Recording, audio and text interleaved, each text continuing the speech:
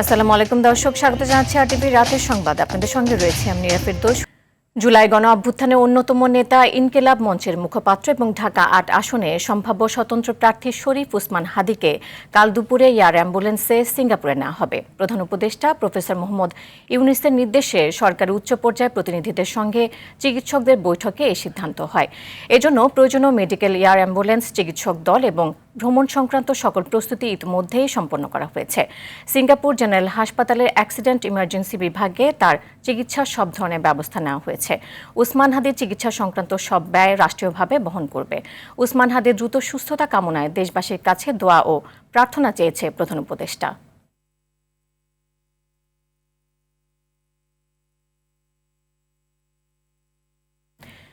ইনকিলাব মঞ্চের মুখপাত্র ওসমান হাদির মস্তিষ্কের ফোলা আগের তুলনায় আরও বেড়েছে। তার হৃদস্পন্দনও স্বাভাবিকের চেয়ে বেশি বলে আছে জানায় মাল্টিডিসিপ্লিনারি মেডিকেল বোর্ড।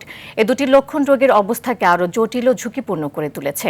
রোববার বিকেলে এভারকেয়ার হাসপাতালের আইসিইউ ও এইচডিও কোঅর্ডিনেটর এবং senior consultant doctor Mohammad Zafar Iqbal স্বাক্ষরিত এক বিবৃতিতে এ তথ্য জানানো হয়।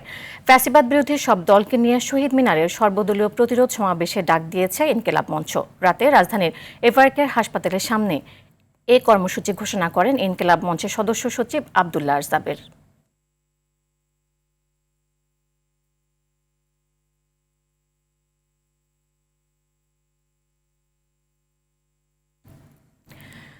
ইনকিলাব মঞ্চের মুখপাত্র ঢাকা ৮ আসনের সম্ভাব্য স্বতন্ত্র প্রার্থী শরীফ ওসমান হাদিকে হত্যা চেষ্টার ঘটনায় গ্রেফতার মোটরসাইকেল মালিক মোহাম্মদ আব্দুল হান্নানকে ৩ দিনের রিমান্ডে দিয়েছেন আদালত। বিকেলে শুনানি শেষে ঢাকা মেট্রোপলিটন ম্যাজিস্ট্রেট দিদারুল আলমের আদালত তার রিমান্ড মঞ্জুর করেন। রিমান্ড শুনানিতে আব্দুল হান্নান আদালতকে জানান, ওসমান হাদিকে হত্যা চেষ্টায় ব্যবহৃত মোটরসাইকেলটি তিনি মিরপুরের মাজার রোড থেকে কিনেছিলেন। তবে পরিবার থেকে বাইক চালাতে নিষেধ করায় প্রথম দিকে সেটি বাসায় পড়েছিল। এক পর্যায়ে তিনি মোটরসাইকেলটি একটি শোরুমে ২ মাস আগে বিক্রি করে দেন, কিন্তু পরে তার মালিকানা পরিবর্তন করা হয়নি। ঢাকার চাঁদ উদ্যান থেকে তাকে গ্রেফতার করে পুলিশ।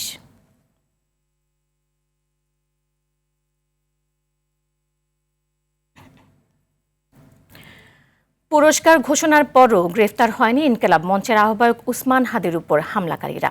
বিশেষ একটি ঘড়ির মাধ্যমে শুটারকে শনাক্ত করা গেলেও রয়ে গেছে ধরাছোঁয়ার বাইরে। গুঞ্জন রয়েছে দেশ ছেড়ে পালিয়ে যাবার। তবে ইমিগ্রেশন তথ্য অনুযায়ী সন্দেহভাজনরা এখন পর্যন্ত দেশে আছেন বলে জানিয়েছে পুলিশ। এদিকে সীমান্তে কড়া নজরদারি বাড়ানো হয়েছে। রাকিব হাসানকে সঙ্গে নিয়ে আলওয়ান খানের রিপোর্ট। ওসমান হাদিকে গুলির ঘটনার ভিডিও ফুটেজ বিশ্লেষণে মিলেছে ভয়ঙ্কর তথ্য। কালো মাস্ক ও জ্যাকেট পরে হাদির পাশে বসে আছে একজন, যেন আততায়ীকে নিমন্ত্রণ করেই এনেছিল ওসমান হাদি। বসে থাকা ব্যক্তির ঘড়ি, চোখে চশমা ও কপালের গঠন দেখে শনাক্ত করা হয় চলন্ত অবস্থায় হাদিকে শুট করা ব্যক্তি ছাত্রলীগের সাবেক নেতা ফয়সাল করিম। দ্য ডিসেন্ট ফয়সালের বেশ কিছু ছবি বিশ্লেষণ করেছে। সেখানে বিভিন্ন সময় সন্দেহভাজন ফয়সালের হাতে আকাশি রঙের সেই ঘড়ি দেখা যায়, আর হাদির পাশে বসা ব্যক্তির ঘড়ি হুবহু এক। অনেকে বলছেন ৫ আগস্টের পর নিজের রূপ পরিবর্তনের কারণে আগে বড় চুল থাকলেও পরে তা ছোট করে ফেলে ফয়সাল। ২০২৪ সালের ৮ নভেম্বর দুটি বিদেশি পিস্তল, দুটি ম্যাগাজিন, ৫টি গুলি, ৩টি মুঠোফোন সহ ফয়সাল গ্রেপ্তার হয়েছিল। চলতি বছরের ১৬ ফেব্রুয়ারি ৬ মাসের জন্য জামিন পান। এরপর আরও ১ বছরের জন্য জামিন মঞ্জুর হয় তার। সেখান থেকেই বের হয়ে কিলিং মিশনে এ ঘটনা ঘটায়। এদিকে সামাজিক যোগাযোগ মাধ্যমে গুঞ্জন উঠেছে সন্দেহভাজন হামলাকারী ফয়সাল দেশ ছেড়ে পালিয়েছে। ইমিগ্রেশন তথ্য অনুযায়ী সন্দেহভাজনরা এখনও দেশে আছেন। ব্লক করা হয়েছে তাদের পাসপোর্ট, বাড়ানো হয়েছে সীমান্তে নিরাপত্তা, এমনটাই জানিয়েছে ডিএমপি। ঘটনার প্রকৃত রহস্য উদ্ঘাটন ও শনাক্তকৃত সন্দেহভাজনদের গ্রেপ্তারের ইতিমধ্যে বিভিন্ন স্থানে অভিযান পরিচালনা করা হয়েছে এবং অভিযান চলমান রয়েছে। সন্দেহভাজন ব্যক্তিরা যেন সীমান্ত পার না হতে পারে সেজন্য তাদের পাসপোর্ট সংগ্রহ করে পাসপোর্ট ব্লক করে দেওয়া হয়েছে। সীমান্তে অতিরিক্ত সতর্কতা জারি করা হয়েছে। তাছাড়া দেশের অভ্যন্তরে একাধিকবার সন্দেহভাজনদের অবস্থান শনাক্ত করা হলেও বারবার স্থান পরিবর্তনের কারণে এখনও তাদের গ্রেপ্তার করা সম্ভব হয়নি বলে জানায় ডিএমপি। আপনারা যদি কোনো তথ্য পেয়ে থাকেন নিকটস্থ পুলিশকে অথবা 999-এর মাধ্যমে পুলিশকে আপনারা জানাতে পারেন। আলোয়ান খান, RTV। ঢাকায় নিযুক্ত ভারতের হাই কমিশনার প্রণয় ভার্মাকে আবারও তলব করেছে পররাষ্ট্র মন্ত্রণালয়। রোববার দুপুরে তাকে তলব করা হয়। পরে এক বিজ্ঞপ্তিতে জানানো হয়, বাংলাদেশে আসন্ন সংসদ নির্বাচন বানচালের উদ্দেশ্যে পলাতক শেখ হাসিনা ভারতে বসে তার সমর্থকদের উস্কানিমূলক ও সন্ত্রাসী কর্মকাণ্ডে জড়াতে আহ্বান জানিয়ে প্রতিনিয়ত বক্তব্য দিয়ে যাচ্ছেন। এই ধরনের সুযোগ দেয় ভারত সরকারের প্রতি বাংলাদেশ সরকারের গভীর উদ্বেগের কথা জানানো হয়। শেখ হাসিনা ও আসাদুজ্জামান খান কামালকে দ্রুত প্রত্যাবর্তনে আহ্বানও করা হয় চিঠিতে। এছাড়া ইনকিলাব মঞ্চের আহ্বায়ক শরীফ উসমান হাদির উপর হামলাকারীরা ভারতে ঢুকে পড়লে তাদের গ্রেফতার করে ফেরত পাঠানোর আহ্বানও জানানো হয়। অন্তর্বর্তীকালীন সরকার আমলে বিভিন্ন ঘটনায় এ নিয়ে অন্তত 5 বার তলব করা হলো প্রতিবেশী দেশটির রাষ্ট্রদূতকে।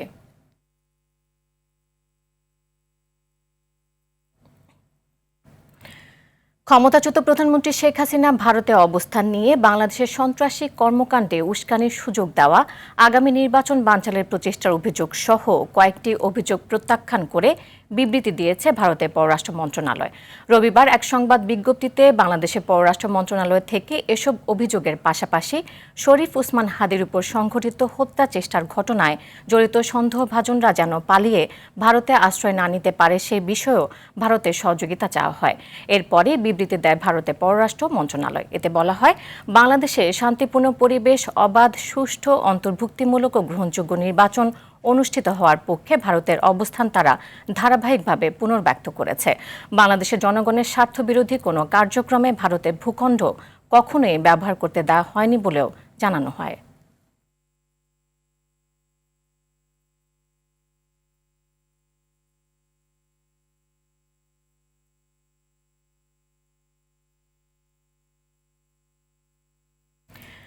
নির্বাচিত হলে প্রথমে মানুষের নিরাপত্তা নিশ্চিত করতে হবে বলে মনে করছেন বিএনপির ভারপ্রাপ্ত চেয়ারম্যান তারেক রহমান। রাতে আসন্ন জাতীয় নির্বাচন ও জনপ্রত্যাশা শীর্ষক আলোচনা সভায় প্রধান অতিথির বক্তৃতায় তিনি কথা বলেন। এ সময় তারেক রহমান বলেন, সরকারি বেসরকারি উদ্যোগে রোগীদের চিকিৎসা দেওয়া হবে, সবাইকে নিয়ে নতুন বাংলাদেশ গঠন করা হবে, এজন্য সবার সহযোগিতা প্রয়োজন বলেও জানান তারেক রহমান। দীপ্ত চন্দ্র পালের রিপোর্ট। পেশাজীবী ও বিশিষ্টজনদের নিয়ে আসন্ন জাতীয় নির্বাচন ও জনপ্রত্যাশা শীর্ষক আলোচনা সভার আয়োজন করে বিএনপি। এতে প্রধান অতিথি হিসেবে বক্তব্য রাখেন বিএনপির ভারপ্রাপ্ত চেয়ারম্যান তারেক রহমান। তারেক রহমান বলেন, নির্বাচিত হলে প্রথমে মানুষের নিরাপত্তা ব্যবস্থা নিশ্চিত করতে হবে। যারা আগামীতে নির্বাচন জয়ী হয়ে সরকার গঠন করবেন, প্রথমে একটি বিষয় বোধ এনশিওর করতে হবে, সেটা হচ্ছে রুল অফ ল, মানুষের নিরাপত্তা বা আইন শৃঙ্খলা, এক বাক্যে যা আমরা বলি।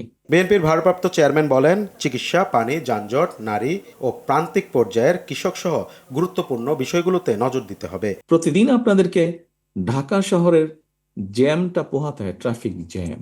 এটা এমন একটা বিষয় যেটি অবশ্যই আগামী সরকারকে অ্যাড্রেস করতে হবে। পিজি হাসপাতালের যে কিউতে 100 জন আছে, এখান থেকে নিয়ে আমি 70 জন রোগী তাকে দিব এবং তাকে বলবো তুমি একে ট্রিট করো। আমরা পলিসি এবং সবকিছু যদি ঠিক করে নিতে পারি, তাহলে 3 থেকে 6 মাসের মধ্যে আমরা রোগীদেরকে চিকিৎসা দিতে পারবো। ফলে একজন সিএনজি চালক হোক, একজন ছোট মুদির দোকান হোক, তাকেও কিন্তু আমরা এভারকেয়ার হাসপাতালের মতন হাসপাতালে ট্রিটমেন্ট দিতে পারছি। দুর্নীতির লাগাম টেনে না ধরলে কোনো পদক্ষেপই লাভ হবে না বলে মন্তব্য করেন তারেক রহমান। এগুলো কাজ করা সম্ভব। দীপ্তচন্দ্র পাল, RTV, ঢাকা। হাদির উপর হামলা করে রাজনীতিতে ভয় দেখানোর চেষ্টা হচ্ছে বলে মন্তব্য করেছেন বিএনপি মহাসচিব মির্জা ফখরুল ইসলাম আলমগীর। এটা প্রতিহতে শপথ নিতে হবে বলেও জানান তিনি। ইঞ্জিনিয়ার্স ইনস্টিটিউশনে বুদ্ধিজীবী দিবসের আলোচনায় মির্জা ফখরুল আরও বলেন, ধর্মকে ব্যবহার করে জাতিকে বিভক্ত করার ষড়যন্ত্র চলছে। এ সময় দলের স্থায়ী কমিটির সদস্য মির্জা আব্বাস বলেন, চিহ্নিত একটি দল দেশকে অস্থিতিশীল করার চক্রান্ত করছে। আরও জানাচ্ছেন শামীম চৌধুরী। ফ্যাসিবাদের পতন ঘটাতে পেরেছি। শহীদ বুদ্ধিজীবী দিবস উপলক্ষে রাজধানীর ইঞ্জিনিয়ার্স ইনস্টিটিউশনে আলোচনা সভার আয়োজন করে বিএনপি। আপনাদের সামনে উপস্থাপন করব যেটি প্রথম দিয়েছিলেন বিজয়ের প্রাক্কালে বুদ্ধিজীবী হত্যার কালো অধ্যায় তুলে ধরেন দলটির নেতারা। বলেন ৭১-এর পুরনো ও চিহ্নিত একটি গোষ্ঠী দেশকে আবারও অস্থিতিশীল করার অপচেষ্টা চালাচ্ছে। পাকিস্তানিরা বুদ্ধিজীবীদের হত্যা করেছে এই দেশের দোসরদের মাধ্যমে, কিন্তু বিগত আওয়ামী লীগের শাসন আমলে, ফ্যাসিস্টদের শাসন আমলে বাংলাদেশের পুরো জাতিকেই মেধাহীন করার একটা প্রয়াস নিয়েছিল। ক্ষমতা গিয়ে কি করবেন সেটা পরিষ্কার করে জনগণের কাছে। মানুষ মারবেন, হত্যা করবেন। ওনারা আরো বলেন কি জানেন, ৫৪ বছরের প্রতিশোধ তারা নেবে আগামী নির্বাচনে।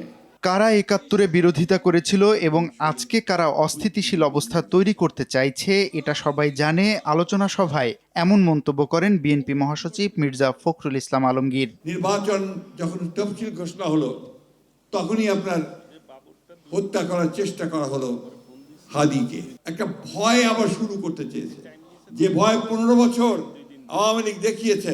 আমাদের গণতন্ত্রের যে সৈনিক তাদেরকে তারা ভয় দেখিয়ে স্তব্ধ করে দিতে চায়। পরাজিত ফ্যাসিস্ট শক্তি আজকে চেষ্টা করছে এই দেশে নির্বাচনকে বানচাল করবার।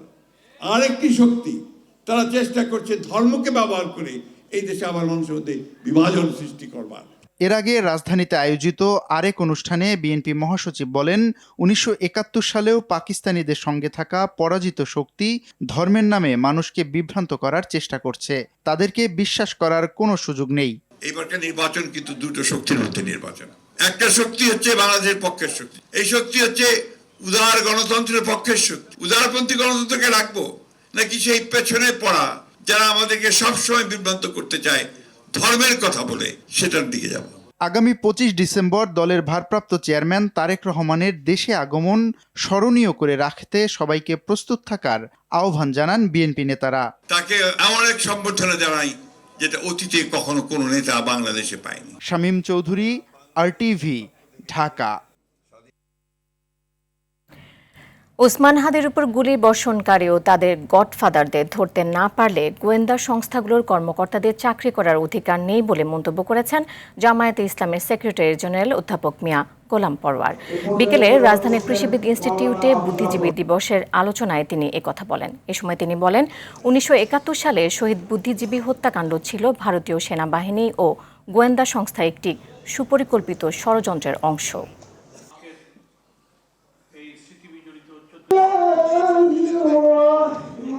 গোয়েন্দা সংস্থা হাজার হাজার কোটি টাকার বেতন নেবে, সুযোগ সুবিধা ভোগ করবে, গাড়ি বাড়ি ভোগ করবে, আর আমার সমাজের শ্রেষ্ঠ সন্তানদের জীবনের নিরাপত্তার তথ্য দিতে ব্যর্থ হবে। তাদের এখানে চাকরি করার কোনো অধিকার।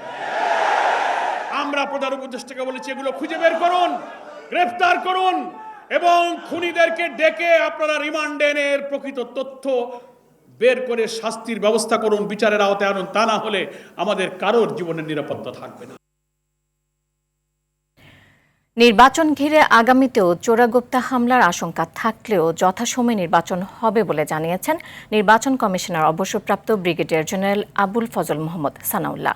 বিকেলে আইনশৃঙ্খলা বাহিনীর ঊর্ধ্বতন কর্মকর্তাদের সঙ্গে বিশেষ বৈঠকের পর এই মন্তব্য করেন তিনি। বলেন, যারাই আগামী নির্বাচন বানচালের চেষ্টা করবে তারাই ব্যর্থ হবে। এক্ষেত্রে আইনশৃঙ্খলা রক্ষাকারী বাহিনীগুলো দৃঢ় ভূমিকা রাখবে। এ সময় অবৈধ অস্ত্রসহ হারিয়ে যাওয়া গোলাবারুদ উদ্ধারের অভিযান জোরদার করার আহ্বান জানান কমিশনার। এছাড়া নির্বাচনে প্রার্থীরা নিরাপত্তার জন্য অস্ত্র নিতে পারবেন না বলেও জানান মোহাম্মদ সানাউল্লাহ। চোরাগুপ্তা হামলার সম্ভাবনা আমরা এগুলোকে উড়িয়ে দিচ্ছি না, সামনেও যে এটা সম্ভাবনা নাই তাও বলছি না। তো আজকের মূল উদ্দেশ্য ছিল যাতে করে এই ধরনের হামলার ঘটনার পুনরাবৃত্তি না ঘটে বা এগুলো যাতে কঠোর হস্তে দমন করা হয়। যদি সে ধরনের ঘটনা ঘটে তারা যেন ধরা পড়ে। যারাই এই নির্বাচনকে বানচাল করার, প্রতিহত করার বা ক্ষতিগ্রস্ত করার কোনো চেষ্টা করবেন তারা ব্যর্থ হবেন এবং যেখানে যতটুকু দৃঢ় হওয়া প্রয়োজন সকল বাহিনী ততটুকু দৃঢ় হবে। নির্বাচন কমিশনের পক্ষ থেকে মেসেজ ইজ ভেরি ক্লিয়ার। আগামী জাতীয় সংসদ নির্বাচন ও গণভোটকে সামনে রেখে পুলিশের পক্ষ থেকে সকল রাজনৈতিক দলের জন্য নিরাপত্তা প্রোটোকল সরবরাহ করা হবে। রোববার প্রধান উপদেষ্টা প্রেস উইং থেকে পাঠানো এক সংবাদ বিজ্ঞপ্তিতে এ তথ্য জানানো হয়। এই প্রোটোকলে রাজনৈতিক নেতৃবৃন্দ এবং আসন্ন নির্বাচনের সম্ভাব্য প্রার্থীগণ তাদের বাসস্থান, কার্যালয়, চলাচল, জনসভা ও সাইবার স্পেসে কিভাবে নিরাপত্তা নিশ্চিত করবেন সে বিষয়ে সুস্পষ্ট নির্দেশনা দেওয়া হবে। এছাড়া গণ অভ্যুত্থানের সম্মুখ সারির নেতৃত্ব, গুরুত্বপূর্ণ রাজনৈতিক নেতৃবৃন্দ নেতৃবৃন্দকে বাড়তি নিরাপত্তা প্রদান করার উদ্যোগ নেওয়া হয়েছে। ইনকিলাব মঞ্চের মুখপাত্র এবং ঢাকা ৮ আসনের সম্ভাব্য স্বতন্ত্র প্রার্থী শরীফ উসমান হাদির উপর হামলার ঘটনায় হামলাকারী ও তার সহযোগীদের পুলিশ ইতিমধ্যে শনাক্ত করেছে। তাদের গ্রেফতারের লক্ষ্যে আইনশৃঙ্খলা রক্ষাকারী বাহিনী নিবিড় অভিযান অব্যাহত রয়েছে বলেও উল্লেখ করা হয় এই বিজ্ঞপ্তিতে।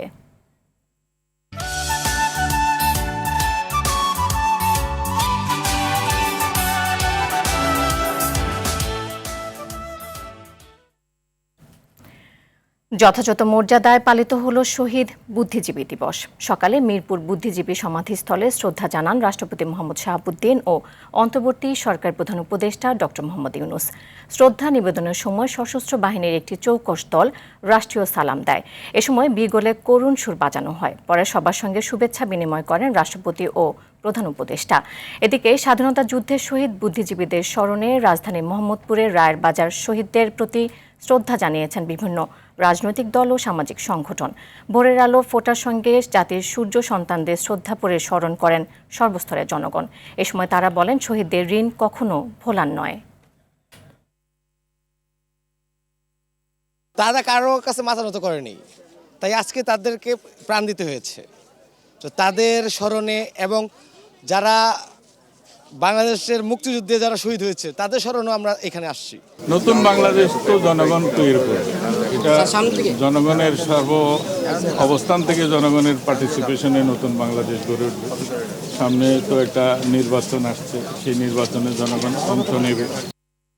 বিচারকদের রাজনৈতিক দলের পদলেহন বন্ধ করার পরামর্শ দিয়েছেন প্রধান বিচারপতি ডক্টর সৈয়দ রেফাত আহমেদ। তিনি বলেন, বিচারকরা সততা রক্ষা না করলে বিচার বিভাগের জন্য স্বাধীন সচিবালয়ের কোনো সার্থকতা নেই। বিকেলে সুপ্রিম কোর্ট অডিটোরিয়ামে দেশের সব জেলার জজ, মহানগর দায়রা জজ, চিফ জুডিশিয়াল ও চিফ মেট্রোপলিটন ম্যাজিস্ট্রেটদের উদ্দেশ্যে কর্মজীবনের সমাপনী অভিভাষণে প্রধান বিচারপতি এসব কথা বলেন। জিএম মাহমুদের রিপোর্ট। প্রায় ১ বছর ৫ মাস দায়িত্ব পালনের পর ২৭ ডিসেম্বর অবসরে যাচ্ছেন প্রধান বিচারপতি ডক্টর সৈয়দ রেফাত আহমেদ। বিকেলে সুপ্রিম কোর্ট অডিটোরিয়ামে জেলা আদালত সমূহের উচ্চ পর্যায়ের বিচার বিভাগীয় কর্মকর্তাদের উদ্দেশ্যে বিদায়ী অভিভাষণ দেন প্রধান বিচারপতি। ভাষণের শুরুতেই পৃথক সচিবালয় প্রতিষ্ঠায় অন্তর্বর্তী সরকারকে ধন্যবাদ জানান তিনি। এই ঐতিহাসিক মুহূর্তে দেশের জনগণের জন্য আইনের শাসনকে সত্যিকার অর্থে প্রতিষ্ঠার লক্ষ্যে তাদের অবদান জাতি আজীবন স্মরণ রাখবে, সেই কামনা ব্যক্ত করছি।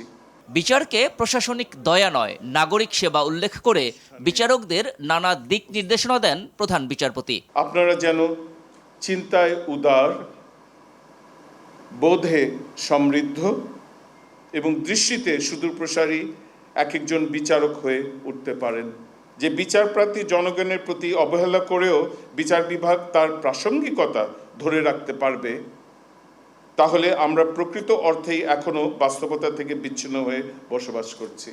এ বিদায়ী বক্তব্যে বিচারকদের কিছু সমস্যার কথা তুলে ধরে সমাধানের প্রত্যাশাও করেন তিনি। বিচারকগণের আবাসন সংকট নিরসনের একটি স্থায়ী পরিকল্পনা গ্রহণ করতে হবে। নিয়মিত বদলির বিষয় বিবেচনায় নিয়ে সম্পূর্ণ সুসজ্জিত বাসগৃহ নির্মাণ করতে হবে। বিচারকদের বোধ, ভারসাম্য, নৈতিকতা বজায় রাখতে সুস্বাস্থ্যকর পরিবেশ থাকা জরুরি। ২০২৪ সালের ১১ আগস্ট দেশের ২৫তম প্রধান বিচারপতি হিসেবে শপথ নেন সৈয়দ রেফাত আহমেদ। এর আগে ২০০৩ সালে হাইকোর্টের অতিরিক্ত বিচারক এবং ২০০৫ সালে স্থায়ী বিচারপতি হিসেবে নিয়োগ পেয়েছিলেন তিনি। GM Mahmud, RTV, Dhaka. রাজধানীর বসুন্ধরা সিটির শপিং মলে আনুষ্ঠানিকভাবে উদ্বোধন হলো স্বনামধন্য জুয়েলারি ব্র্যান্ড হাউস অফ বেঙ্গলের শোরুম। উদ্বোধনী অনুষ্ঠানে প্রধান অতিথি হিসেবে উপস্থিত ছিলেন চিত্রনায়িকা পরিমণি।